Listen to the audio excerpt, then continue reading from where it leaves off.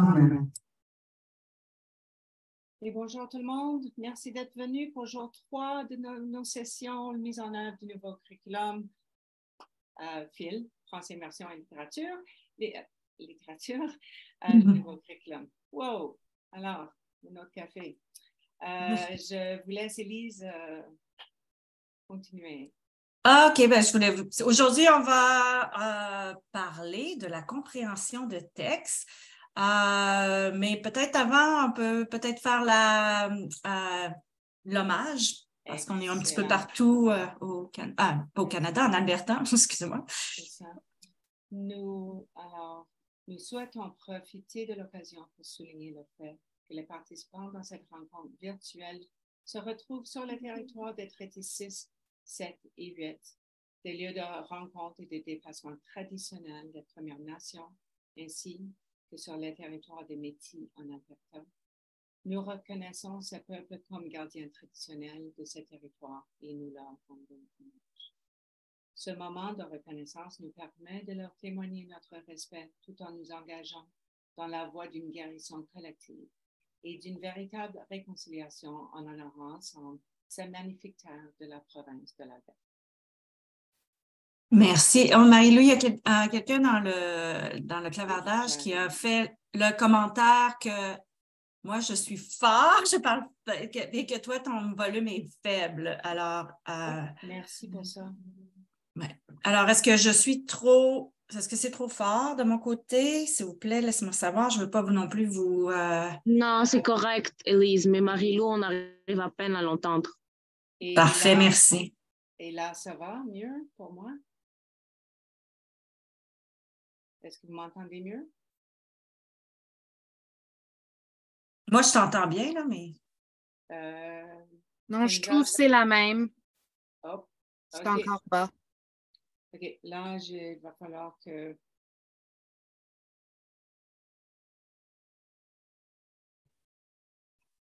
D'accord. Alors, on a vu ce petit schéma-là avant. Donc, aujourd'hui, on travaille vraiment la compréhension de texte, le deuxième domaine de langue dans le programme d'études.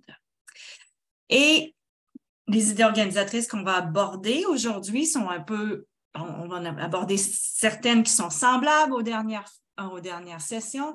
On va parler du vocabulaire, évidemment, parce que c'est important en lecture. On va parler de la conscience phonologique, parce que c'est notre base pour nous amener vers l'écrit. On va parler de la phonographie, c'est-à-dire les correspondances graphème-phonème, parce que nos élèves doivent être capables de décoder.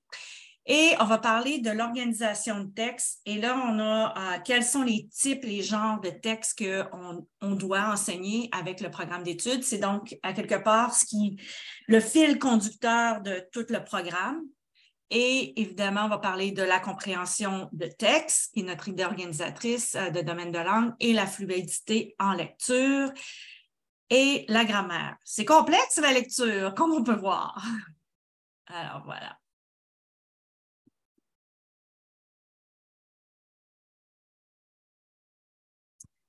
Donc ici, juste pour vous montrer un peu le document peut-être que vous l'avez déjà vu, le Simple View of Reading, qui a été traduit en français par Michel Miner-Corriveau.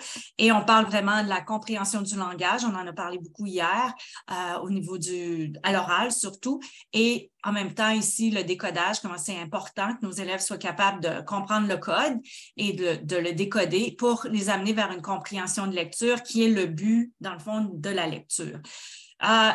Juste une petite chose en mathématiques, si on utilise un facteur de 0, que ce soit 0 fois avec la multiplication, ben la réponse est toujours 0.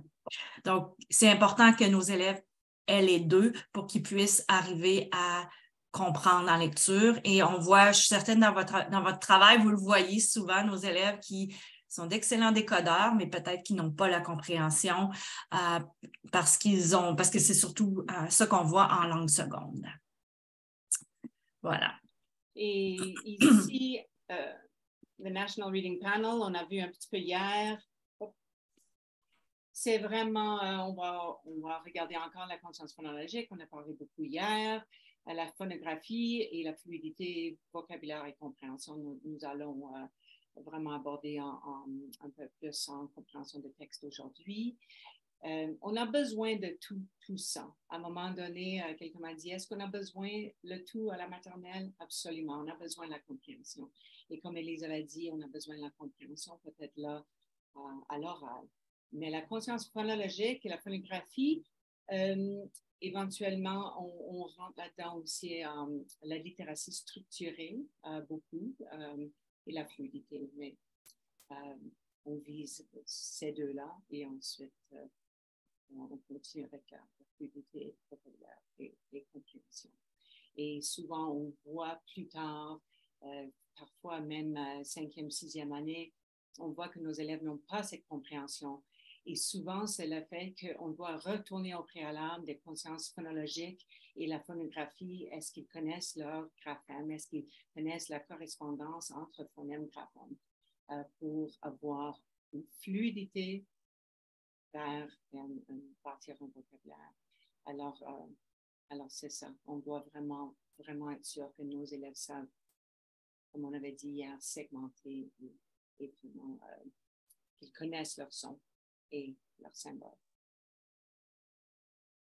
Alors, on va parler du domaine de la langue. Vous vous souvenez, c'est divisé en domaine de langue et en outils de langue. On va commencer avec le domaine de la langue. Donc, dans le programme d'études, la compréhension de texte est divisée en 2 sous-rangées, c'est-à-dire les stratégies, comment qu'on arrive à la compréhension, et notre réaction, comment on interagit avec les textes qui nous sont présentés. Donc, ici, au niveau des stratégies, on peut voir ici, comme à la maternelle, mais montrer la couverture d'un livre, la page.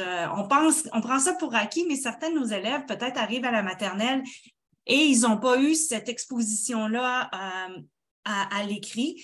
Donc, c'est quelque chose qu'il faut peut-être faire, s'assurer de faire au début de l'année. On a aussi, ça c'est super important, puis Marie-Lou l'a souligné hier quand elle a parlé de gauche à droite, de haut en bas.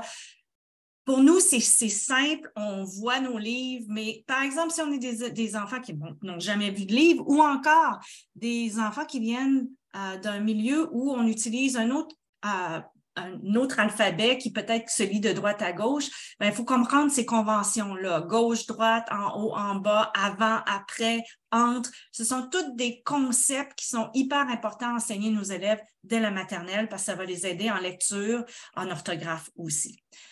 On a ici, peut-être en première année, on va un petit peu plus loin, on va dégager le message global exprimé. Donc, on travaille vraiment la compréhension. À partir de quoi? Bien, vous voyez ici, là, on a y compris, ça vous donne quels sont les types de textes que vous devez utiliser parce que c'est y compris. Alors, on a les comptines, les chansons, des histoires lues à voix haute. Donc, vraiment, le texte n'est pas seulement, la compréhension de texte n'est pas seulement la compréhension de lecture, c'est aussi à l'oral, quand c'est l'enseignant ou quelqu'un d'autre qui le lit. Maintenant, en 2e année, on regarde notre verbe. Ici, c'est repérer l'information écrite et visuelle. Donc, là, on est plus, là, l'élève est plus indépendant. Il a peut-être développé, on espère, une meilleure compréhension du code pour qu'il soit capable de décoder lui-même et de lire. Et encore là, on vous dit le type de texte que vous devez utiliser. Voilà. Et la même chose ici. Alors, on va un petit peu plus loin. Donc, redire dans ces mots, est-ce que je comprends? Donc, on n'est pas toujours obligé de faire des exercices à l'écrit pour faire la compréhension de lecture. Ça peut être aussi totalement fait à l'oral. Voilà. Et encore là, le lien de l'oral à l'écrit. Et finalement, la réaction au texte de la francophonie, parce qu'on veut que nos élèves, ça fait partie. Avant, c'était la valorisation là, de la francophonie dans notre ancien programme d'études. Mais maintenant, ici, on travaille vraiment des textes francophones. Donc, on veut que nos élèves soient capables de réagir. Ça fait partie aussi des compétences quand on parle du langage coopératif. Est-ce que j'aime pas ça? Parce que choisir des textes selon ses goûts et ses préférences. OK? Ici, je veux faire, parce qu'il revient là, et je veux faire un petit point là-dessus, c'est choisir des livres selon ses goûts et ses préférences. Ce n'est pas nécessairement par rapport au niveau de lecture. Okay? Il faut faire attention à ça. La lecture, c'est quelque chose qui devrait un plaisir. Donc, si l'enfant a des connaissances intérieures puis qu'il est intéressé à un certain type de livre, même s'il n'a pas toutes les habiletés pour décoder, je pense pas que c'est vraiment une bonne idée de nécessairement arrêter les choix de nos élèves parce que c'est ce qui va continuer leur motivation. Alors, voilà. Oups, j'ai un petit peu de misère ici. Bon. Voilà. Alors, l'organisation de texte. Donc, ça, comme je vous disais, c'est le parapluie. On a parlé un petit peu de qu'est-ce qui sont les contenus, les types de textes qu'on va utiliser. Mais il y a ici, on vous a mis des liens et je vais aller directement sur ces... il y avait quelqu'un qui avait demandé, je pense que c'était la première session ou la deuxième session, s'il y avait comme une continuation là, du contenu. Alors voilà, ici, vous avez l'idée organisatrice, l'organisation de texte. Je vous ai mis le lien, c'est sur le site de ARPDC. Et on parle vraiment des messages, quels sont les types de messages. Ici, c'est littéraire, c'est-à-dire la fiction, poétique, narratif, qu'on avait parlé de ça.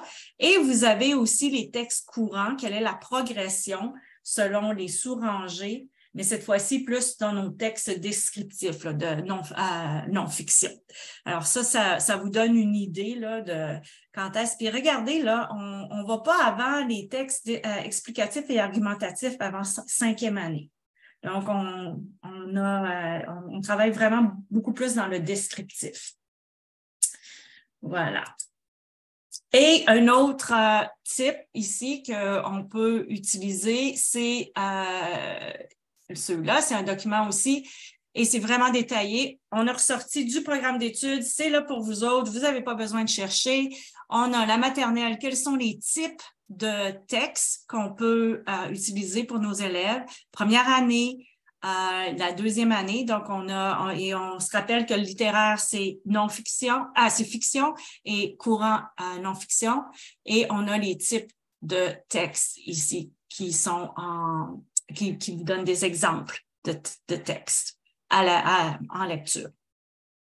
Et puis, oui, je oui. souligne les exemples parce que absolument, vous pouvez trouver, choisissez ce que vous voulez aussi. Mm-hmm. Et est-ce que moi, j'ai dû regarder le rebut, je me souvenais plus c'était quoi. Et le rebut, ben, c'est une forme de poème qui est avec des images.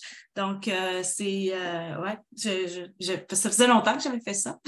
Donc, et il faut avoir un certain vocabulaire aussi. C'est pas évident. C'est une défi pour notre 3e année. Oui, totalement.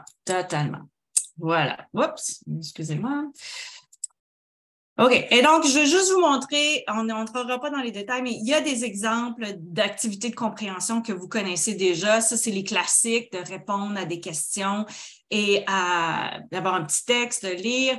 Ici, OK, nous, on n'a rien pour le jardin de Vicky, là, mais c'est quelque chose qu'on aime bien. Il y a des belles activités. Si pour 35 $, je crois, pour une année, vous avez vous avez accès à toutes leurs activités, vous pouvez les télécharger. Quand on pense qu'il faut combien d'argent on passe sur Teachers Pay Teachers ou encore Mieux enseigner, puis des fois, on n'est pas toujours certain de la qualité. Alors, je vous invite, peut-être, si vous ne connaissez pas, d'aller visiter le site. Ils ont des jeux aussi, parce qu'on parlait des dernières journées comme à l'importance du jeu. Alors, on peut faire des jeux de lecture. Il y en a ici. Et celui-là, je sais que Marie-Lou, c'est toi qui me l'as fait découvrir, le fin limier. Puis c'est encore sur le site qu'on vous a présenté hier, écrire les recompter. Voilà. Voilà. Donc, les outils de langue. On a le vocabulaire, la conscience phonologique, on en a parlé beaucoup plus hier à l'oral, la phonographie, la fluidité de lecture et la grammaire. Voilà. Et alors, oui, alors on a parlé beaucoup de la conscience phonologique. On va continuer parce que c'est tout relié. Alors, ici, on va juste montrer un peu, je ne sais pas si vous connaissez Stanislas Dehaene. Là, j'ai mis son nom en bas et c'est un Français qui est un neurologue incroyable. Alors, je vais juste expliquer un peu comment on apprend à lire vraiment et qu'est-ce qui se passe dans le cerveau. Alors, ici, en arrière de notre tête, on a la forme visuelle des mots. Et on dit parfois, en français, en anglais, la boîte aux lettres. Alors, c'est l'ancienne partie, la partie qui développe en premier de notre cerveau. Alors, quand là, on va cliquer, Élise. Ah, OK, parfait, excuse. Oui, ça va. Alors, quand on est né, qu'est-ce qui est dans cet espace-là, à gauche, en arrière, et ce sont les visages, et juste clic, clic, clic. Okay. Voilà. Alors, en arrière, c'est les faces et des objets. Et dès qu'on commence à lire, pour une raison ou une autre, les graphèmes, les symboles qui représentent les sons, ils ont beaucoup aimé cette place-là. Alors, du coup, au fur et à mesure qu'on apprend à lire, ces faces et ces objets sont tassés de côté gauche à côté droite. Et alors, c'est pour ça qu'on a cet effet miroir, qui est tout à fait normal. À la maternelle, la première année, bon, si on arrive en 3-4 et on a cet effet miroir en écriture, bon, c'est pas normal, quoi. Alors, mais là, au début, c'est tout à fait normal et ça prend du temps. Alors, on crée carrément des voies neuronales vers de cette forme visuelle des mots, vers cette prononciation. Alors, disons qu'on travaille le mot mouton, c'est je regarde les graphèmes, mouton. Alors là, j'ai pu décoder mouton, mais je dois aussi associer un sens avec. Alors là, je descends vers le sens, on a une image, on a des jouets, on a plein de choses. C'est pour ça, en deuxième langue, c'est multilingue. C'est super important. Pour nous, c'est très rapide. Alors, on voit le mot mouton, on a accès à ce sens-là rapidement et c'est comme c'est instantané, mais c'est parce qu'on a vu énormément. Mais ce n'est pas... alors, je reviens. Alors, on travaille, ça prend du temps d'aller vers cette prononciation, on attache le sens. Éventuellement, on voit ça autant de fois, ça devient plus connu et on peut le lire très rapidement. Mais juste sachez que sight words, c'est vraiment pas vrai qu'ils sont mémorisés. C'est vraiment qu'on le lit à travers les graphèmes. Alors, en arrière ici, c'est notre lexique orthographique, cette forme visuelle des mots, et on stocke les graphèmes là.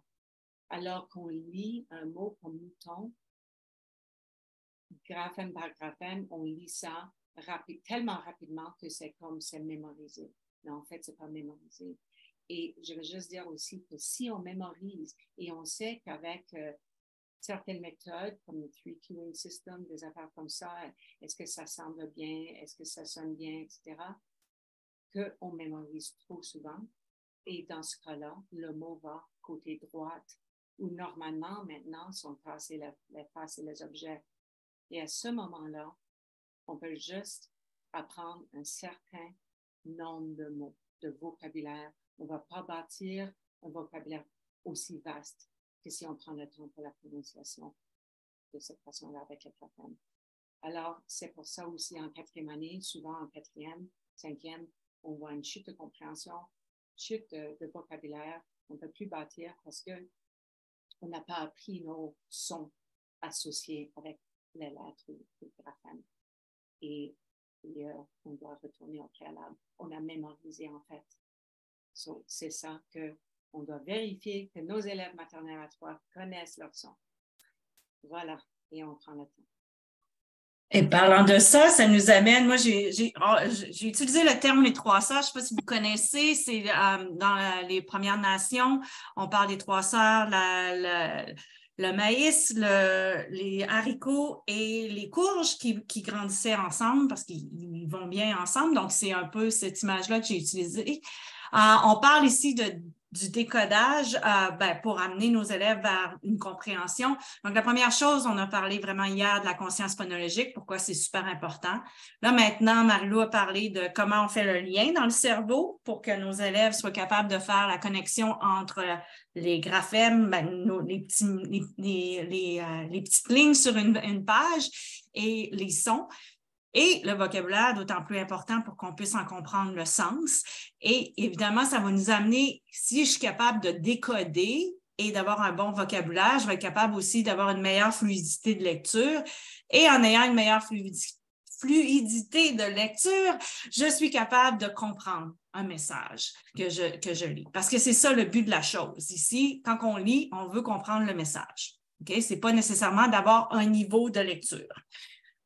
Et finalement, quand on regarde les sous-rangées de nos 3 sœurs, le vocabulaire, on a les nouveaux mots, parce qu'en lisant, on va en apprendre.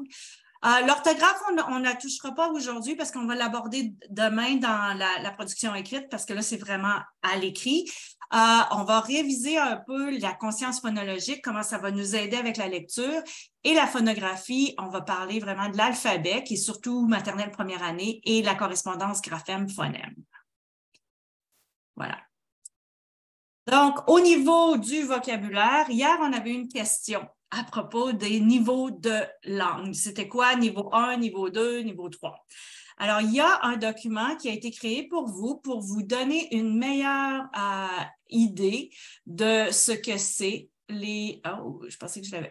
Niveau de mots, je l'ai ici. Donc, ça vous donne une définition de une description de ce que c'est les niveaux 1. Et donc, ce qu'on veut, c'est vraiment des mots d'usage quotidien et communs et qui sont autant à l'oral qu'à l'écrit. OK? Donc, quand vous voyez un petit peu les mots fréquents qu'on parle, c'est un peu à ce niveau-là. Mais ici, on a fait, au niveau de l'enseignement, il y a quelque chose qui a été dit vraiment au niveau de l'enseignement d'une langue additionnelle, qui est le cas ici en immersion. Donc, on veut vraiment que nos élèves soient capables de... Donc, c'est des mots qu'on retrouve souvent, là, qu'on va entendre souvent. Au niveau du deuxième niveau, là, on va parler plus de synonymes, d'antonymes, des choses qui sont différentes, des mots qui sont assez fréquents, mais dans différents contextes, et des mots conceptuels. Donc, c'est plus une compréhension un petit peu plus approfondie, on va un petit peu plus loin. Et le troisième niveau, comme on a parlé hier, c'est vraiment là, des mots, je dirais, plus techniques, plus scientifiques. Et ça, ils vont arriver plus tard dans le parcours scolaire de nos élèves.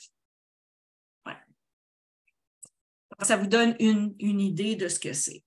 Et ici, on voit comment on parle vraiment de discuter des nouveaux mots. Donc, mon vocabulaire, là, il n'est pas seulement à l'écrit, je dois en parler aussi. Puis, on sait que ça va aider à faire les liens entre l'oral et l'écrit pour nos élèves. Voilà. Alors, on va revenir un petit peu sur la conscience phonologique parce que c'est super important. Oui. Et on a vu vraiment un petit peu hier que la langue orale là, vers la formation des mots à l'oral en première année et ensuite ce lien avec l'écriture. Comme tu viens de dire, c'est super. Alors, on va... Alors, si les enfants savent parler, ils peuvent fusionner les sons pour former des mots. S'ils ne parviennent pas à fusionner lorsqu'ils apprennent à lire, c'est probablement parce que pour une raison ou une autre, ils ont besoin de beaucoup plus de pratique pour relier les graphies au son. Et c'est justement ça. On avait parlé hier qu'on a énormément d'élèves qui ont réussi à connaître les sons, à connaître les graphies, mais individuellement et pas les fusionner pour créer ces mots-là. Alors, c'est une autre habileté et on doit vraiment donner beaucoup plus de pratique. Et c'est pas simplement avec des livres, c'est à travers des jeux manipulatifs, un peu comme on fait en mathématiques aussi. Alors, ici, c'est vraiment joué un petit peu. On a vu ça hier. Et je crois que c'est assez clair. Alors, si j'isole, je demande isoler. Élise, est-ce que tu peux isoler le premier son dans le mot serpent? Merci. Alors, et fusionner. Alors, si je dis S-R-P-N, est-ce que tu peux fusionner ce mot, Élise? Serpent. Merci. Et l'inverse, avec segmenter, on demande que l'élève segmente, ajoute, enlève, substitution. Je crois que c'est assez clair. On aimerait vous mettre en petit groupe de discussion rapidement. On vous donne à peu près 5 minutes et on aimerait que vous preniez le mot, disons, vous pouvez choisir le mot de votre choix. On aimerait juste que vous en discutez et essayez à passer à travers ces étapes ensemble. Vous pouvez utiliser le mot jour si vous voulez. Si vous voulez choisir un autre mot, ça va aussi. Alors, je vais juste trouver. Est-ce qu'il y a des questions? Vous pouvez aussi prendre une photo. Je ne sais pas si on peut, dans le breakout room, je crois que vous ne pouvez plus voir, à moins qu'il y ait eu des changements. Mais vous pouvez prendre une photo, comme ça vous l'auriez pour les étapes. Et là, vous allez choisir votre propre salle. Il y a maternelle, première, deuxième, troisième.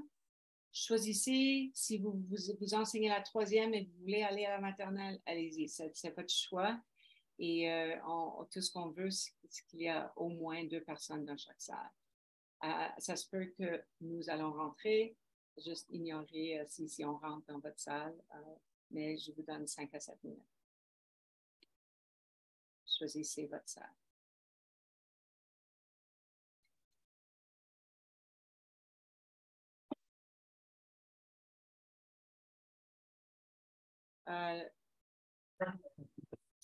Et merci tout le monde. Est-ce qu'il y a quelqu'un dans un groupe qui aimerait partager qu'est-ce qu'ils ont vu? Est-ce qu'il y a eu quelque chose pas prévu ou intéressant ou qu'ils aimeraient partager?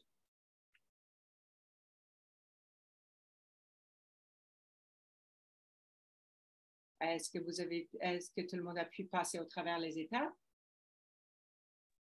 Oui, on a fait ça avec le... Oui, vas-y, Knouza. Avec jour. D'accord. Et est-ce qu'il y avait un moment où quelque chose n'a pas fonctionné autant que vous auriez aimé ou qui a... On discutait, on avait la difficulté avec l'étape ajoutée parce qu'avec le jour, on a ajouté une syllabe au lieu juste une phonème. Alors, on était seulement capable de faire journée. D'accord, excellent. Est-ce qu'il y avait d'autres personnes avec quelque chose là-dedans à ajouter? Alors, pour enlever, on a aussi parlé de jour, puis on pouvait enlever R, puis faire une joue, mais pour une joue, il faut ajouter encore une lettre muette. Alors, c'était ça.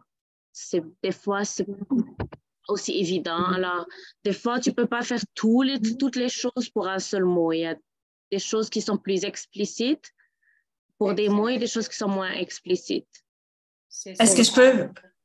Est-ce que j'ai juste un petit commentaire parce que, OK, quand Marie-Lou elle a montré le cerveau, comment nous, premièrement, Daniel, ton commentaire, nous, on va au sens tout de suite. Voilà, donc là, on avait besoin d'un mot qui faisait du sens pour nous, donc journée. J'aurais pas pu faire à jour. Oh, ça sonne bizarre. Mais nos jeunes apprenants, eux, eux autres, pour eux qui apprennent la langue, quand on parlait des pseudomots, ça aurait pu être un pseudomot. Mais les deux sont bons, les deux sont corrects. Pour toi, Kenza, je trouve aussi, c'est la même chose parce que nous, on voit l'orthographe dans notre tête. Joue, je devrais mettre un E. Mais nos jeunes apprenants, ils n'ont pas ça. Donc, c'est souvent l'image que je donne, c'est, j'avais suivi une formation, il avait donné ça. C'est quand on rentre dans une épicerie dans le temps, il y avait comme une roue, comment on appelle ça, là? En tout cas, puis là, tu passes, puis tu ne peux pas revenir en arrière. C'est ça pour nous autres.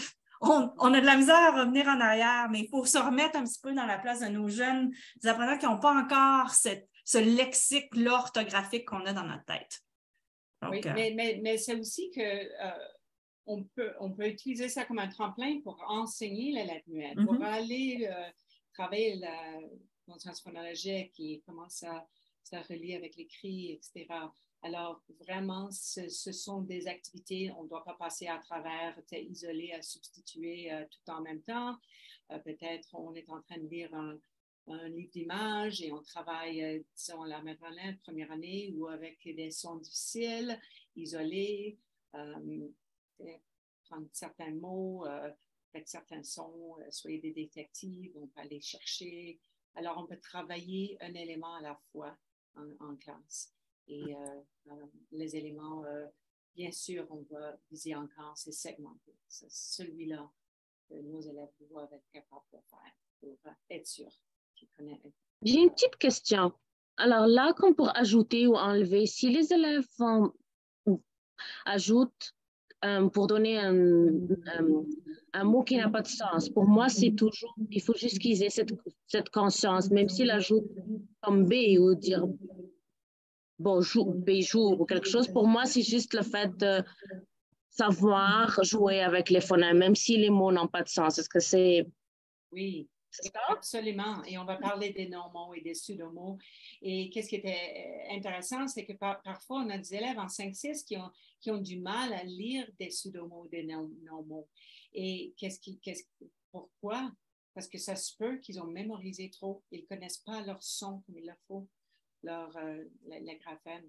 Alors, ça, c'est une très bonne idée de faire ça. Juste expliciter que oui, on peut créer et même vous pouvez aller un peu plus loin et on a un jeu, Élise, où les élèves créent des définitions qui vont avec peut-être le mot de base et comment le préfixe ou comment ajouter un phonème comme ça peut changer le mot et créer, inventer des définitions aussi.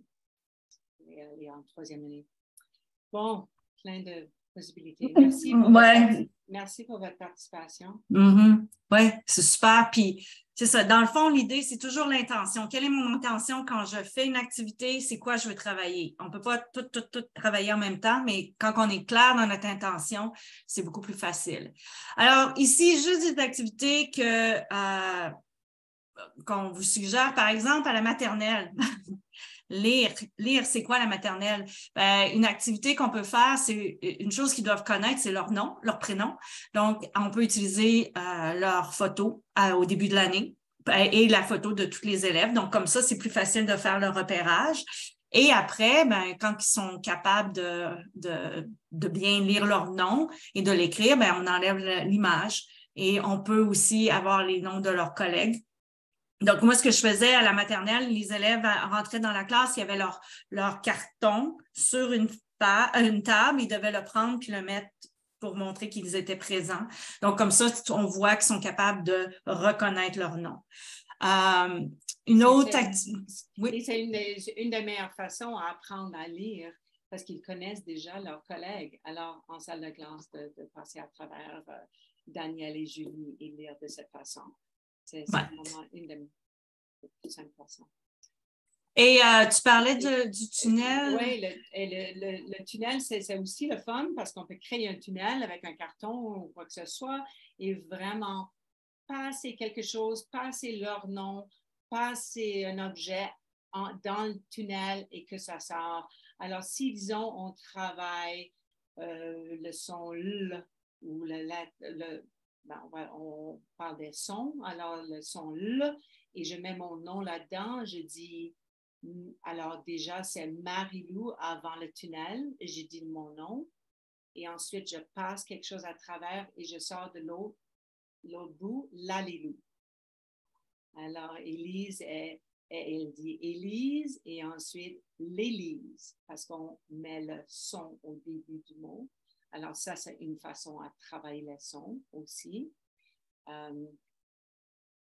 Et ici, ce que je faisais des fois très rapidement pour aller placer nos élèves, là, on peut le faire soit avec le graphème ou le phonème. Donc, on peut choisir là, pour aller avec le prénom, par exemple. Si tu as la lettre, parce qu'on veut que nos élèves fassent la distinction entre le son et le graphème, si tu as la lettre A dans ton nom, va te placer en ligne.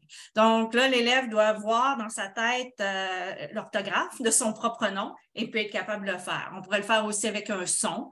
Ça pourrait être la même chose. Donc, c'est à l'infini, là, mais c'est juste des petits 2 minutes là, pour nous aider à travailler. Là, ça ne se fait pas pendant des heures et des heures. L'autre ici que je vous ai mis, c'est un message du jour que j'utilisais en classe et on avait toujours un message à l'écrit. Donc, ce sont des mots que je pouvais utiliser, mais aussi avec mes noms, comme on a parlé tantôt, un peu la même activité que Marie-Lou faisait avec le tunnel. Là, on fait le lien à l'écrit. On vient le faire ici. Là, on faisait tous les matins bonjour, puis on chantait. Bon, par exemple, si on disait bonjour Colton, et là, on changeait avec le son L. Alors, qu'est-ce qu'on enlève? Puis on fait Lolton. Là, ils trouvent ça très drôle. On peut faire ça aussi avec le son final. Donc, on travaille de cette façon-là. Donc, à tous les jours. Donc, c'est vraiment le lien entre l'oral et l'écrit qui doit se faire. Et on fait souvent, pas mal de profs font des messages du jour. Donc, ça peut être une opportunité de travailler ça. Et ça, c'est cette principe alphabétique, à revenir là-dessus, juste de conscientiser les élèves entre la différence entre les lettres et les graphèmes. Ici, on vous a mis une petite activité, ça vient de encore réussir. Quand on parlait de la fusion, parce qu'on disait que c'est une difficulté, nos élèves, quand on enseigne les sons, alors on veut que le plus rapidement possible, nos élèves soient capables de fusionner leurs sons pour qu'ils puissent en arriver à lire. Et donc, c'est une activité, vous avez le lien là-dessus. Ici, encore une fois, tout est gratuit. Alors, la phonographie, là, on a parlé à l'oral. Là, on s'en va à l'écrit. La phonographie, c'est écrire. C'est ça, et on commence avec l'alphabet, à l'écrit. Oh, on a du son quelque part? Non, moi, ça va. Okay.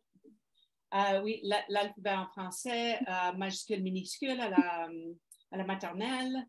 Et si demain, si vous assistez à nos sessions, vous allez voir qu'il y a aussi une progression de phonème-graphème et qu'on passe à travers une fois majuscule et une autre fois minuscule. Alors, il y a plusieurs façons de travailler là-dessus.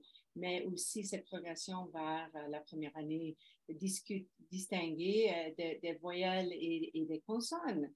Alors, on sait qu'on a même des élèves beaucoup plus tard et ils ne savent pas c'est quoi vraiment une voyelle. Et c'est dans notre programme d'études. Alors, on vous pose cette question. Est-ce que vous voulez écrire dans le chat? Il y a quelqu'un à haute voix qui aimerait répondre à cette question? Quelle est la différence entre une voyelle? Oh, j'ai fait une belle chose. J'ai de voir que mon masculin ici, j'ai fait une erreur.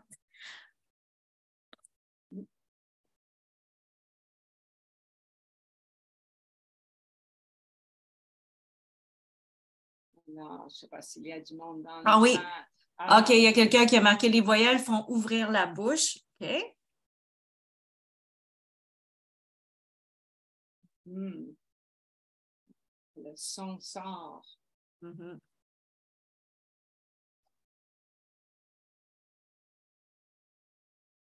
Peut-être la voyelle, ça vient de la voix et la consonne du son.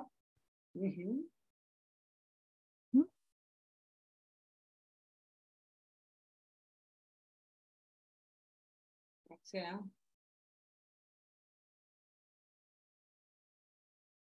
Alors, c'est vraiment c'est vraiment ça.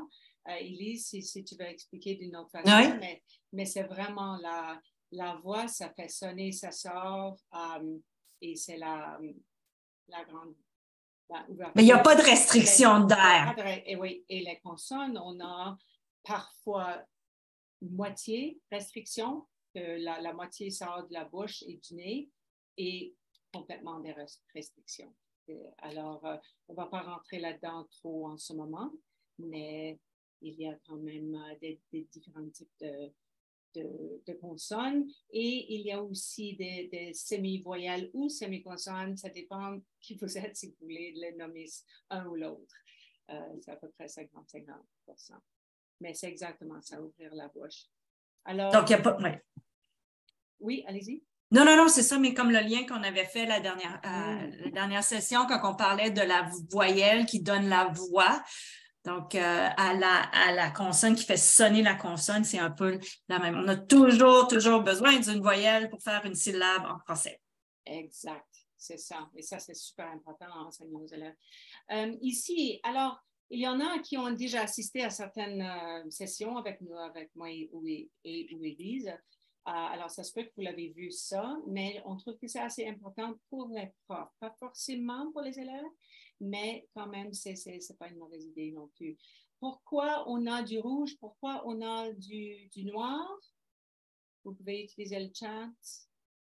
Et je vais juste trouver le chat. Ou à haute voix. Et combien est-ce qu'il y en a de phonèmes en français?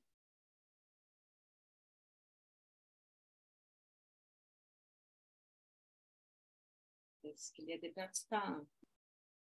Alors, on travaille la prise de risque. C'est ça. Oui, ce sont des différents sons. Merci. Excellent. 36 phonèmes. OK. Oui, merci. Alors, comme on dit souvent, il y a 36 du côté international, comme vous voyez devant vous. Mais il y a, comme disons en France, parfois on dit 37 parce qu'ils ont le ing comme parking, shopping. Et on n'a pas ça ici. Et dans d'autres places dans le monde, il y a 38. Mais du côté international, on dit 36 et au Canada, 36. Alors, est-ce qu'il y a plus ou moins de phonèmes, de sons en anglais? Voyez-vous? Parce que c'est sûr qu'on a plus en anglais. Oui, plus en anglais. Merci, 44 en anglais. Et maintenant, les graphèmes qui vont avec cela, alors ce sont les sons, il n'y a que 36. Est-ce qu'il y a plus de graphèmes, de symboles qui représentent ces sons-là? Et à peu près combien pour nos élèves à apprendre? Parce que nous, ça fait longtemps qu'on les a appris. Alors, c'est sûr que si on voit... Alors, bien, et je n'avais pas mentionné, alors, juste pour que ça soit clair, en rouge, ce sont les voyelles et les consonnes en noir. Alors, bien sûr, avec B, il n'y a pas beaucoup de façons, il n'y a que B ou V. Comment dire? Alors, est-ce que, disons, avec un, est-ce qu'il y a des, comme dans brun, est-ce qu'il y a des diverses façons à écrire le son un? Des symboles, Oui. des lettres. Oui. A-I-N. Oui. Mm-hmm. Il y a plusieurs. Alors, avec ces 36 sons, U-N. combien de composantes de graphèmes est-ce qu'on va avoir à peu près? 120? Vraiment bien. Il y a à peu près 140. Il y en a qui disent 150. 150, 160, mais dans ces environs-là. Alors, c'est beaucoup quand même à apprendre. Et on sait que nos voyelles sont les difficiles parce qu'on a des sons qu'on ne va pas croiser non plus avec l'anglais. On y va. Oui, c'est juste, on a encore beaucoup de choses, puis il reste 30 minutes. Alors, ici, juste pour aller un petit peu plus dans les correspondances graphèmes-phonèmes, il y a, on le sait que c'est très clair, comme on a déjà mentionné, quels sont les graphèmes-phonèmes que vous devez connaître, que vous devez enseigner. C'est certain, comme quelqu'un avait mentionné plus tôt, il n'y a pas d'ordre. Ici, dans les documents qui sont sur ARPDC, on a mis que les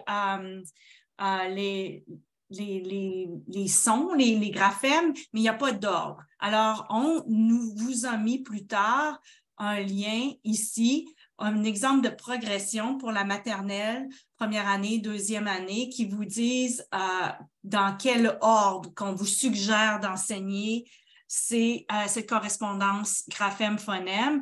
Et on l'a fait, par exemple, comme Marie-Lou parlait tantôt, à la maternelle, le choix qu'on a fait, c'était de commencer avec les lettres majuscules, et c'est les mêmes sons, pareil. La raison étant, comme on va le voir demain, c'est au niveau de la fluidité d'écriture.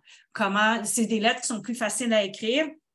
Par exemple, le E, la lettre E, ici, ben, c'est beaucoup plus difficile de l'écrire en minuscule.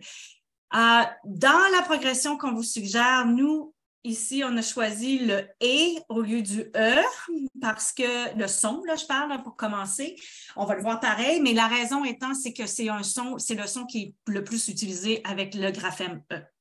Donc, parce que sinon, dans un mot comme son initial, ça n'existe pas, le son « e ». Les mots commencent par « est » ou par « et ». Et qu'est-ce qu'on voit souvent dans les classes de maternelle première année? Vous regarderez dans le mot, quand on arrive à la lettre « e », le mot qu'on associe à ça, c'est soit « éléphant » ou « escargot », qui ne sont pas le son « e ». Donc, c'est quelque chose à laquelle de faire attention. Mais ce qu'on vous dit, c'est que vous avez une progression vraiment très claire pour chaque niveau scolaire. Et ils sont ici. On peut juste dire aussi que c'est basé sur les sciences, ça ne vient pas dans les airs, c'est Springer Charol, Stanislas Dehaene, et aussi cette progression a été pilotée et à travers un an. Et vraiment, c'est déjà... On le sait que ça fonctionne. Exact, c'est ça. Donc, c'est vraiment basé sur le concept de transparence, du plus simple et du plus simple au plus complexe. Donc, c'est ici, là, tu sais, il y a beaucoup de points, mais je veux juste retirer, comme vous avez ici, les progressions. On a déjà parlé de la différence entre une voyelle. Voyons, j'ai dans le de la misère aujourd'hui. Un voyelle, je ne sais pas pourquoi. C'est une voyelle. Et l'autre chose, quand on parle dans l'enseignement, selon les recherches, on suggère de 2 à 3 correspondances graphème-phonème par semaine. Et la raison étant, et l'ordre, là, je ne fais pas l'ordre alphabétique, là, je le fais comme vous pouvez voir, on commence peut-être avec quelques sons de voyelles, mais aussi avec des consonnes qui sont faciles, comme le L qui coule, donc c'est très facile de faire la, le. Li, parce qu'on veut faire la fusion le plus rapidement possible dans l'apprentissage de la lecture. Les consonnes qui s'allongent.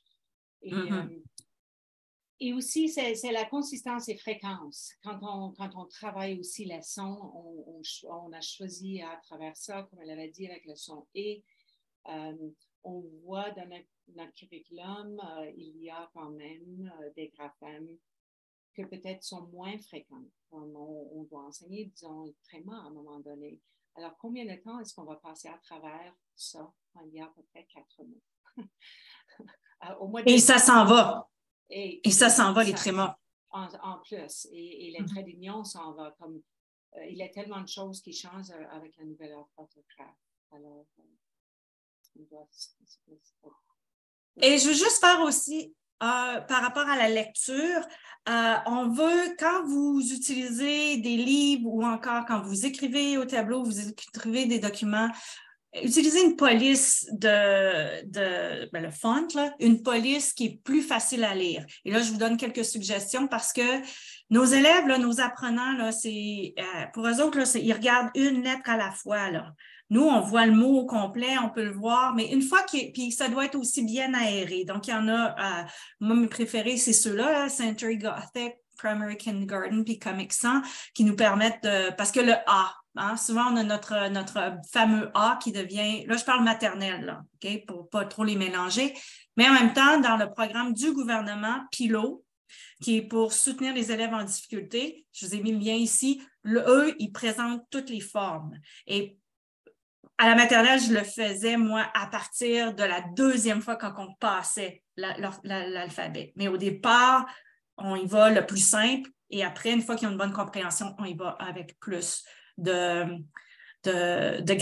façon, de police d'écriture. Voilà. Des livres décodables, il y en a de plus en plus. On n'en avait presque pas avant en français. Là, maintenant, on en a Beaucoup. Donc, vous avez facile à lire. Maintenant, Facile à lire ont aussi une série qui est vraiment sur les syllabes. Donc, pour nos jeunes apprenants là, qui commencent maternelle, on fait de la fusion tout de suite, on peut utiliser ces livres-là. Une syllabe à la fois, je pense que le spectre est beaucoup plus grand de ce qu'on peut faire. En troisième année, on peut les utiliser encore. Les textes sont plus complexes. Et encore là, ça, c'est quand on parlait de police d'écriture, eux, ils ont vraiment pensé à comment c'était écrit aussi, là. Et l'espace et les couleurs. Et j'ai fait un test parce que mon mari est daltonien, parce qu'il y avait une question qui m'avait été posée à propos de ça, parce qu'il y a différentes couleurs pour diviser les syllabes. Et ils ont choisi des couleurs qui sont faciles à voir pour quelqu'un qui est daltonien. Donc, j'ai fait le test. On a aussi Décode, qui est vraiment passe-temps, qui offre une nouvelle collection qui a trois séries qui sont très bien faites aussi. Il y a Adorable et décodable de la Chenelière qui offre des beaux livres. Il y a ici les tables de lecture, c'est ça, c'est français, c'est ça? Oui, et c'est tellement bien pour la troisième année, je dirais, parce qu'on n'a pas encore des livres décodables avec des images un peu plus... ouais, je sais pas. Maintenant, syllabe à la fois. Une syllabe à la fois, c'est mieux, mais je sais pas, là, oui, voilà. Oui, c'est ça. Alors ça fonctionne très, très bien pour la troisième année qui ne veulent pas que ce soit trop, disons, bébé, les images. Alors, c'est vraiment une progression. On commence au départ, mais gauche à droite et vraiment rapidement, on arrive aux petites phrases et c'est 156 pages. Et c'est gratuit. Et c'est gratuit.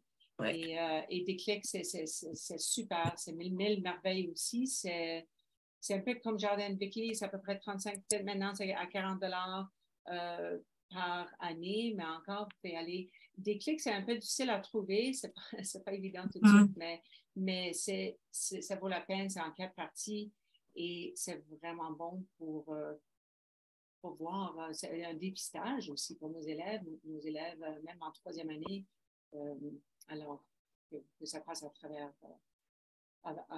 les voyelles, consonnes, syllabes, phrases et court texte.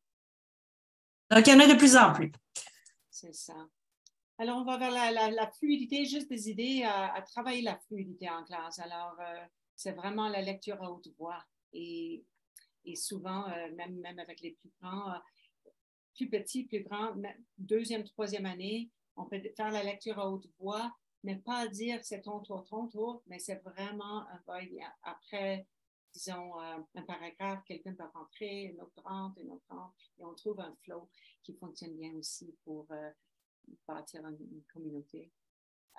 Et on avait dit réviser avant. La recherche démontre que 4 fois la relecture, c'est vraiment important pour nos élèves. Et il y a plein de stratégies, on ne va pas rentrer là-dedans. On a pu passer toute une journée, une session là-dessus en fluidité et des activités à faire et comment travailler la théâtre de lecture, quelles sont les stratégies là-dedans pour développer cette fluidité. On ne va pas rentrer là-dedans aujourd'hui. Mais les phrases élastiques, on ajoute pour créer des phrases plus grandes, plus longues, avec des adjectifs, etc. Ça fonctionne aussi. Ici, c'est la fluidité. Vous allez voir aussi des fois qu'on utilise dans la littérature le terme fluence.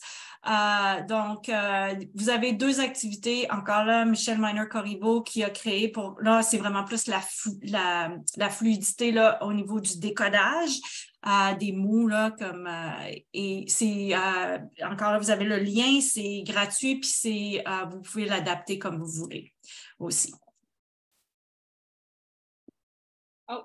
Oui, excuse, j'étais ailleurs. Alors, ici, à commencer chaque semaine avec une virlangue, on parle de la fluidité, on doit avoir plus de place dans la bouche. Ce sont juste des activités que vous pouvez peut-être aborder avec vos élèves. Je sais qu'en, disons, troisième année, on créait même des chansons de rap avec, et les élèves ont présenté, il y a tellement de façons à faire, mais on peut juste aussi prendre une virlangue par semaine, travailler ça pour trouver un peu plus de place dans la bouche et s'amuser en même temps.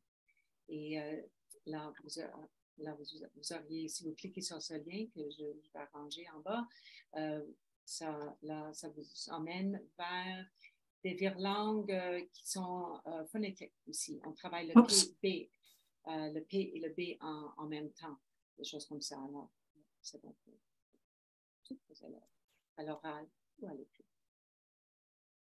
Alors, quand on parlait là, on va parler des sous-rangées de cette section-ci, c'est-à-dire les mots fréquents et la lecture expressive. Quand on parle de fluidité, c'est comme ça qui a été divisé dans le programme d'études. Alors, les mots fréquents, c'est clair, net et précis. Combien qu'on doit en mettre, on doit en apprendre, mais lesquels, ça, c'est une autre question. OK? Ça, puis il y a beaucoup de débats là-dessus.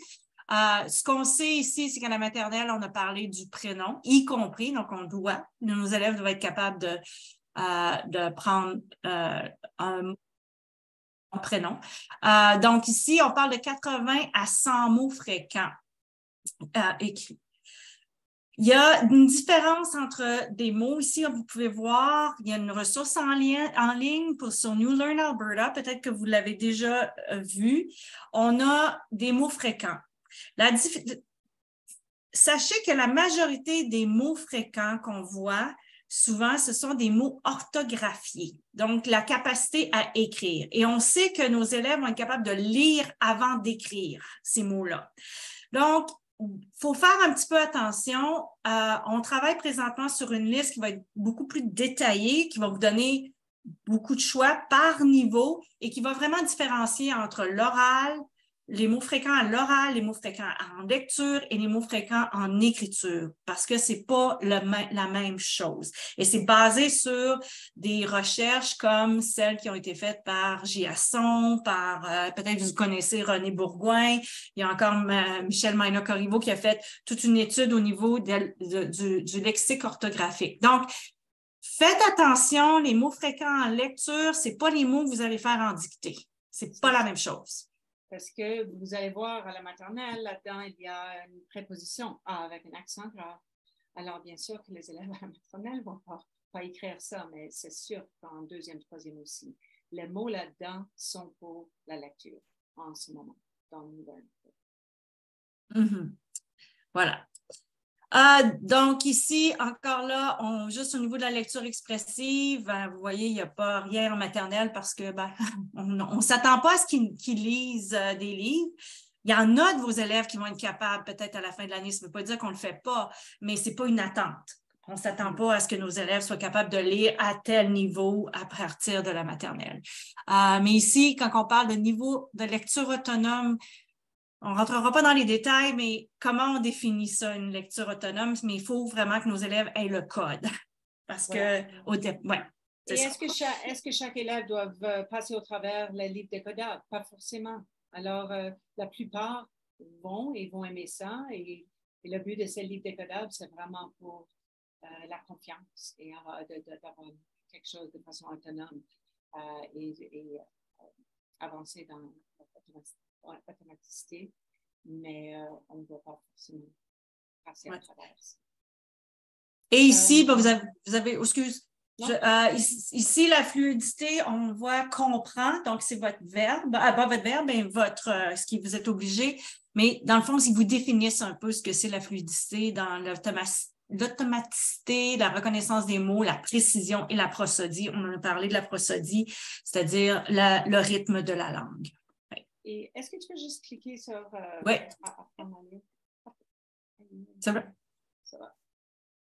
Alors, on a mis ça là pour vous autres aussi. C'est juste, c'est Stanislas Dehaene, on avait repéré auparavant, et toutes les étapes. Alors, il a écrit un livre à apprendre à lire, et c'est vraiment très, très bien fait. C'est très court, mais ceux-ci sont les points saillants. Alors, vous auriez accès si jamais ça vous intéresse.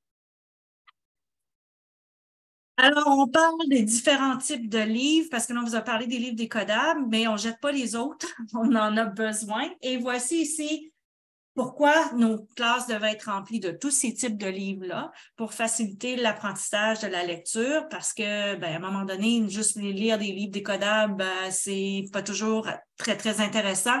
Mais au fur et à mesure que nos élèves deviennent de plus en plus compétents, qu'ils ont une meilleure connaissance du code, ils vont être capables d'être en mesure d'aller plus loin dans leur démarche.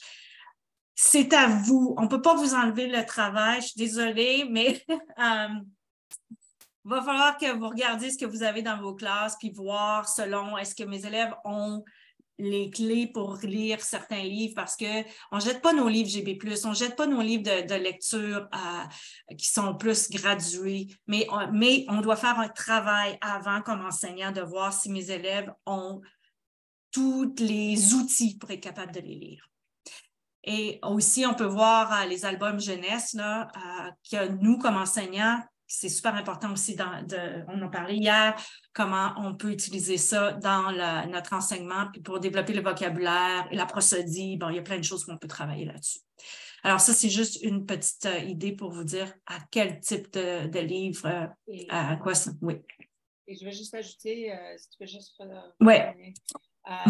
Alors, escalier, si jamais vous avez escalier, si jamais vous voulez remplacer, on ne va pas rentrer là-dedans, GB+, Michelle Manipurivo est en train de, je crois que c'est maintenant fini, elle a créé une trentaine d'évaluations qui vont avec escalier. Alors, c'est juste un savoir. Oui. Et aussi, quand on parlait hier des livres en français qui sont écrits en français, ça, ce n'est une collection qui est vraiment écrite en français, donc qui va aider avec la prosodie et tout ça. Donc, vraiment, la grammaire, on ne peut pas s'en passer. On a besoin de la grammaire. Et donc, c'est divisé ici en 4 sous-rangées, grammaire de la phrase, la ponctuation, c'est super important, la classe de mots et les conjugaisons de verbes. Et là, on voit ici les conjugaisons, là, ça ne commence pas avant la 2e année. On va aller juste rapidement encore là, la grammaire se fait à partir de l'oral. On a parlé hier, on parle de la même chose avec la ponctuation. Quand je lis un livre à mes élèves, là, on peut regarder ça aussi, la ponctuation, et montrer, et on peut peut-être, quand on fait de la lecture avec nos élèves, puis nos élèves on peut leur demander de lire en écho ou en chorale avec nous en lisant des grands livres qui sont faciles et de dire, on va enlever le point. On peut travailler comme ça, la ponctuation à l'oral. Donc, et vous voyez, là, comme ça, on peut voir, est-ce que ça change le sens? Est-ce que je suis capable de comprendre maintenant? Parce que là, j'ai plus mon point, puis je fais une phrase après l'autre. Ça ne marche plus, là. Donc, il y a des façons de faire, pas nécessairement juste par des activités à l'écrit. Oui, la grammaire de la phrase aussi, il faut que ça devienne à l'interne, que ça devienne implicite. Alors, ça, c'est une façon de travailler cette grammaire avec le dialogue. S'il y a un dialogue dans votre album jeunesse, demandez que tous les élèves se lèvent et répètent cette phrase-là, le dialogue. Tout le monde devient ce personnage-là. Alors, ils vont apprendre aussi à parler à l'oral, mais aussi la grammaire. Donc, on a vu ça hier, la grammaire encore, les classes de mots, masculin, féminin, le pluriel, c'est super important, surtout pour nos apprenants qui ont des difficultés avec masculin, féminin. Voilà, attends, j'ai ton... Ouais. C'est ça. Et la phrase secrète, on l'a vu hier aussi, mais on n'a pas rentré dedans, on va juste rapidement rentrer dedans. Et c'est à vous à faire une copie. Et là, c'est encore des phrases folles. Et je vais juste faire montrer quelqu'un. Alors, on demande les élèves à l'oral. Ensuite, ça peut être un travail de compréhension. Ça peut être aussi un travail à l'écrit, éventuellement, en travaillant en groupe. Demander que vous allez écrire les sujets ou c'est une autre groupe, les verbes, etc. Alors, c'est ça. Alors, si on passe au travers les divers, on peut commencer très, très, très simple et ensuite on peut aller un peu plus pour emmener les élèves plus vers ça ne peut pas fonctionner, c'est juste. Mais pour emmener les élèves, on a mis à la bibliothèque. Bon, alors, si on veut juste mettre bibliothèque, ça dépend du niveau, ça dépend de comment vous voulez l'utiliser. Et ça, quand ils peuvent le changer comme ils veulent quand ils ont ce document-là? C'est ça? Oui, OK, parfait. Voilà. Donc, encore ici, la conjugaison de verbes, on en a parlé hier. C'est super important, c'est de l'oral à l'écrit, toute la grammaire interne. On n'enseigne pas à un enfant de 3 ans à conjuguer à l'imparfait. Alors, on a quelques activités qu'on vous a mis ici qui sont, bien ça, c'est un petit peu plus avancé. Je sais qu'il y avait quelqu'un qui est en 4e année, là, mais quand même, la classe de mots, mais encore là, le repérage, c'est super important dans nos élèves. Je vous ai mis un jeu de bingo, mais en même temps, là, vous n'êtes pas obligé, mais il y a des gabarits qui sont gratuits que vous pouvez utiliser pour des jeux. Donc, vous pouvez prendre n'importe quel concept de grammaire et créer un jeu avec ça. Et ça, c'est tous des gabarits gratuits ici, vous pouvez utiliser pour faire un bingo de grammaire ou encore de vocabulaire, peu importe. Et il y a même un jeu de Uno aussi qui va là-dedans, que vous pouvez créer. Donc, je vous donne juste, c'est gratuit. Et oui. Je vais juste tirer l'attention vers le chat. Merci, Megan, qui a mis un lien dans le chat de Edmonton Public. Oui, avec les mots fréquents. Je n'avais pas vu ça. Merci. Non, moi non plus. Alors, on continue. Ouais. Parfait. Et, un autre jeu qu'on a vu hier et encore on travaille la grammaire. Si on clique là-dessus, vous allez voir que vous pouvez aussi créer vos propres cartes là-dedans, mais on travaille le temps. Alors, nos verbes d'une façon rigolo et on peut juste aller vers les cartes en bas. Les cartes, OK. Alors, c'est ça. Alors, les élèves vont lire. Alors, déjà, c'est l'oral, la lecture. Et si vous voulez aller demander aux élèves de créer des cartes, ils peuvent aussi créer des cartes. Alors, de jouer un jeu comme ça.